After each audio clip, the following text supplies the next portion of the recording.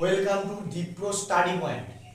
আমরা দেখে নেব আজকে দ্বাদশ শ্রেণীর তৃতীয় সেমিস্টারের যে কবিতা রয়েছে অন্ধকার লেখাগুচ্ছ শ্রীজাত বন্দ্যোপাধ্যায়ের কয়েকটা লাইনের ব্যাখ্যা আমরা দেখে নেব। প্রথমে আমরা যাচ্ছি, আব্দুল করির খাঁ ধর্ম ছিল ওখান দিয়ে না থামা কখনো, এ পর্যন্ত।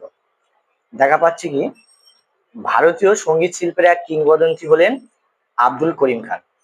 তিনি গানকে নেশা ও ধর্মে পরিণত করেছে, আর তার মধ্যে দিয়ে তিনি মানুষের মনে বেঁচে আছেন।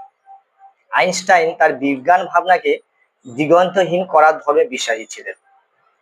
ধর্মনিষ্ঠ কবির ছিলেন সত্য ধর্মের পূজারী, আর বাতাস চির প্রবাহমান, যুগে যুগে কালে কালে সে নিজের ধর্মে অবিচল। তারপর দেখে নেব ভ্যান গগের ধর্ম থেকে আজও ভস্যের চরিত। ডাচ চিত্রশিল্পী ভ্যান গগের সৃষ্টি ছিল উন্মাদ আঁকা, আর এই সৃজনশীলতা ছিল তার কাছে ধর্ম। গার্সিয়া লোরকা কবিতার মধ্যে দিয়ে নিজ ধর্ম তথা সৃজনশীলতার পরিচয় দিয়েছিলেন। সাম্যবাদী লেনিন উড়িয়েছিল মানব ধর্মের পতাকা। আগুন আগুনের ধর্ম সবকিছুকে পুড়িয়ে ফেলা।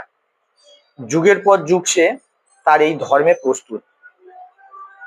এত এত ধর্ম, এখান দিয়ে পথে কেন অপব্যয়? পৃথিবী জুড়ে অনেক ধর্ম একই সঙ্গে তাদের বিশ্বাস ভিন্ন আচরণ নিয়ে বসবাস করে, কারণ এটাই মানব ধর্ম ও মানবিকতা।